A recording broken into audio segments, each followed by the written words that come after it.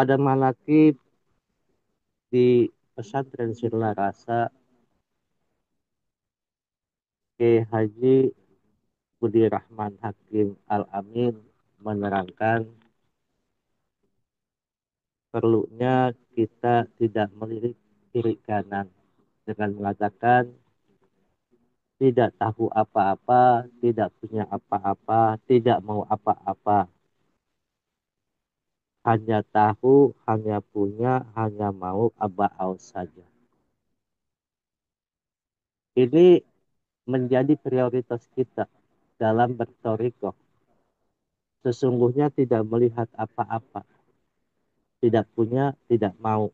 Yang kita mau, yang kita ingin, yang punya dan mau hanya pada apa yang diajarkan oleh guru kita. Maka dalam kitab Matnul Hikam, Ibnu Athaillah Syakandil mengatakan, nikmatani makharaja maujudun anhuma wala yudali kulli mukawatin minhuma nikmatul ijadi wa nikmatul imdad.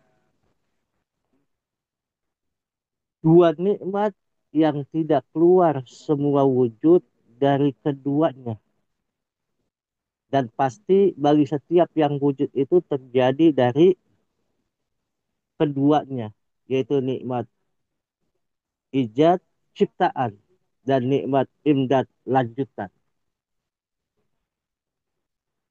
Nikmat ijad adalah kenikmatan yang disebabkan oleh terwujudnya benda-benda atau sesuatu yang pada mulanya tidak ada menjadi ada. Kemudian nikmat ijad yaitu kelanjutan daripada nikmat imdad, yaitu kenikmatan yang disebabkan oleh tetap adanya sesuatu yang sudah ada sehingga menjadi lebih sempurna.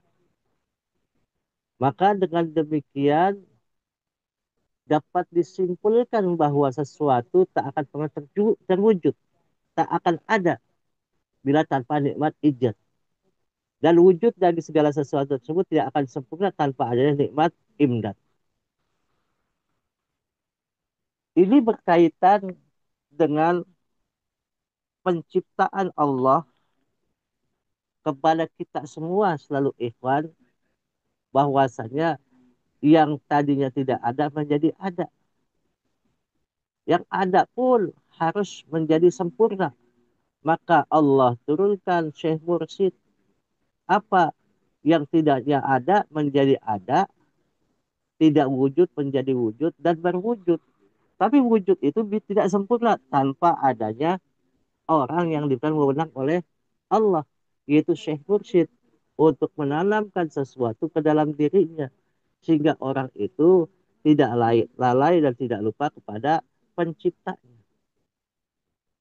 Maka di awal tadi, an'ama alaika awalan bil ijadi wasanian bitawalil imdad. Telah memberikan nikmat. Allah telah memberikan nikmat kepadamu pertama kali dengan nikmat ijad, yang keduanya mengiringi nikmat imdad. Dengan kedua macam nikmat tersebut menjadikan kehidupan manusia menjadi lebih sempurna. Yang tadinya tidak tahu menjadi tahu, yang tahu makin merasa. Karena sedalam-dalamnya tahu tidak mengerti, semengerti-ngertinya tahu belum merasa. Kadang-kadang kita tahu tapi belum tentu mengerti. Kita mengerti tapi belum tentu merasa. Ini yang menjadikan kita yang tadinya tidak ada menjadi ada dan diadakan. Maka harus proses lanjutan, yaitu dimasukkan cahayanya ke dalam diri kita untuk melihat sesuatu itu adalah tujuannya al-wahid, satu, untuk menuju kepada yang satu. Maka tidak tahu apa-apa, tidak punya apa-apa, tidak mau apa-apa. Hanya tahu, hanya punya, hanya mau aba'au saja. Ini yang menjadikan kita bagaimana saluran itu sampai kepada Allah. Maka dalam hal ini Allah memberikan dua pertolongan, dua macam pertolongan, yaitu bagaimana semua itu bisa tahu dengan keadaannya. Yang pertama pertolongan jasmani ya, atau jasmani yang berupa terpenuhi kebutuhan-kebutuhan jasmani. Pertolongan semacam ini diberikan kepada seluruh makhluk yang melata di bumi ini. Firman Allah dalam surat Hud ayat ke-6 yang Allah artikan, dan tidak ada suatu binatang melata pun di bumi melainkan Allah lah yang memberi mereka rezeki. Dan dia mengetahui tempat berdiam binatang itu, tempat menyimpannya, segala tersebut itu terdapat dalam kitab yang nyata, yaitu Lauhul Mahfuz. Kalau kita melihat seperti itu, Allah tidak akan namanya melepas semua makhluknya. Kadang-kadang pengetahuan kita pun terbatas. Di dalam bumi ada berapa miliar makhluk. Di atas langit ada berapa miliar makhluk. Itu pun kadang-kadang kita tidak melihat ciptaan itu. Tapi Allah memberikan nikmat jasmaniah kepada mereka semua yang kita tidak tahu. Termasuk kita, nikmat jasmaniah. Kadang-kadang syukurnya kita itu kurang. Banyaknya hanya meminta, mengeluh, tapi tidak tahu sesungguhnya. Yang kedua, Allah berikan pertolongan rohani, yaitu berupa ilmu dan iman dan ihsan yang tertanam di dalam hati, di dalam kalbu, sehingga dapat bermakrifat kepada Allah. Pertolongan ini diberikan kepada hambanya yang beriman. Dan dalam surat Luqman ayat 20, Allah mengatakan, tidaklah kamu perhatikan sesungguhnya Allah telah menundukkan untuk kepentingan kepentingan manusia, kepentingan makhluk, apa yang di langit dan apa yang di bumi, dan menyempurnakan untukmu nikmat lahir dan batin. Dan di antara manusia ada yang membantah tentang keesaan Allah tanpa ilmu pengetahuan atau petunjuk dan kitab yang memberi penerangan. Maka di sini Allah telah memberikan kenikmatan itu. Maka selaku ikhwan tinggal istiqomah. Dan ikhwan harus bisa menjalankan apa yang diperintahkan oleh Allah dengan hal itu. Yaitu menjadi ikhwan tahan banting, ikhwan tahan uji, agar mendapatkan nikmat dan pertolongan Allah, baik jasmani maupun rohani, bisa dikelola dengan baik. Bangsa Abah Anom sering mengatakan begini, jangan lirik sana sini jika ingin cepat sampai. Amalkan zikir ini dengan sungguh-sungguh. Pernyataan bangsa Abah Anom menyeratkan agar para murid siap menghadapi tantangan apapun dalam menempuh jalan toriko, khususnya toriko Qadiriyah Naksabandiyah, dan senantiasa istiqomah bersamanya. Maisyarul ikhwan rahimakumullah. Perlu diingat setiap orang yang beriman pasti akan diuji oleh Allah. Demikian pula bagi mereka yang bertorikoh.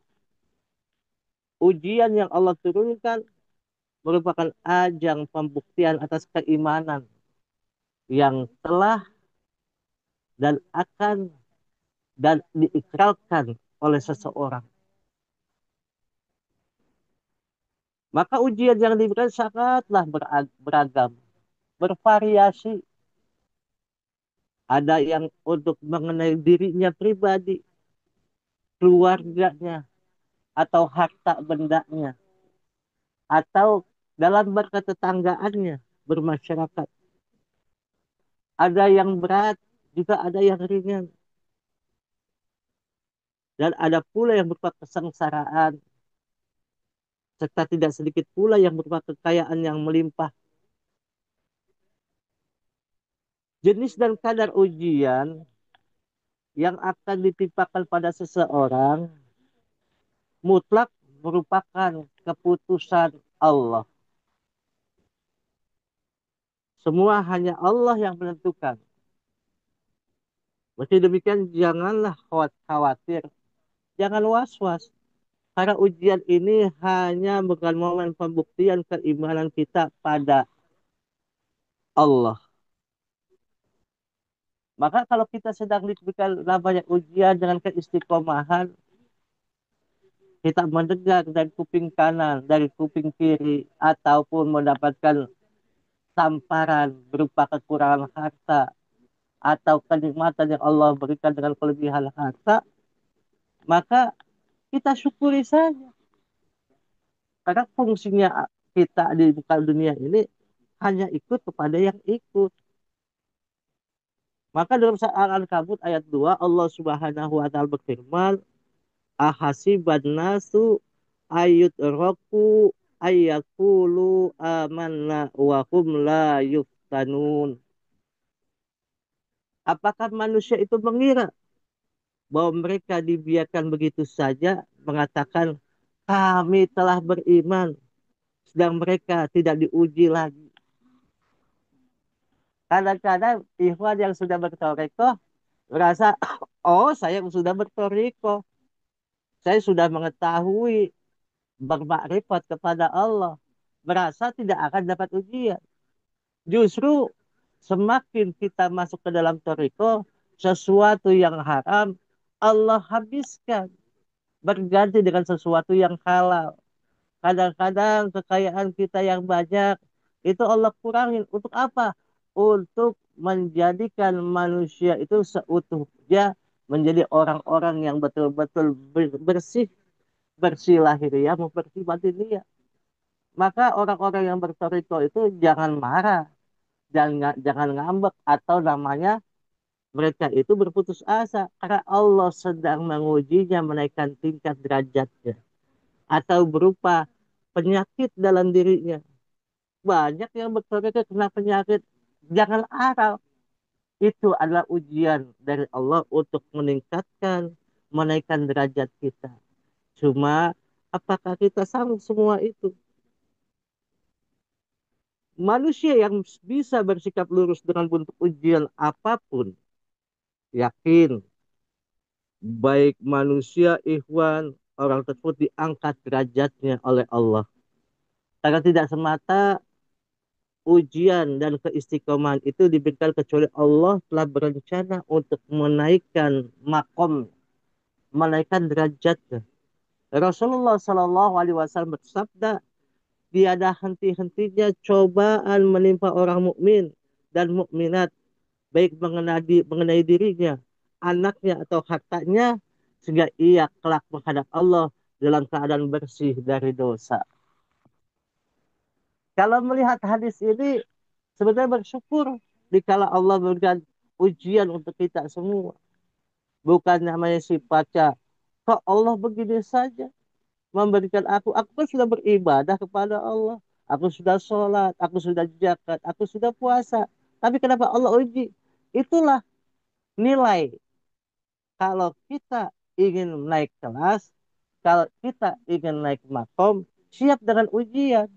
Jangankan ujian kehidupan, ujian sekolah saja, siapa yang mampu melakukan ujian itu pasti mendapatkan peringkat yang terbaik. Apalagi dia sungguh-sungguh dalam namanya sekolah, dalam berusaha, maka Allah angkat derajatnya. Satu ciri bahwa Allah mencintai hambanya ditunjukkan dengan banyaknya ujian yang diberikan.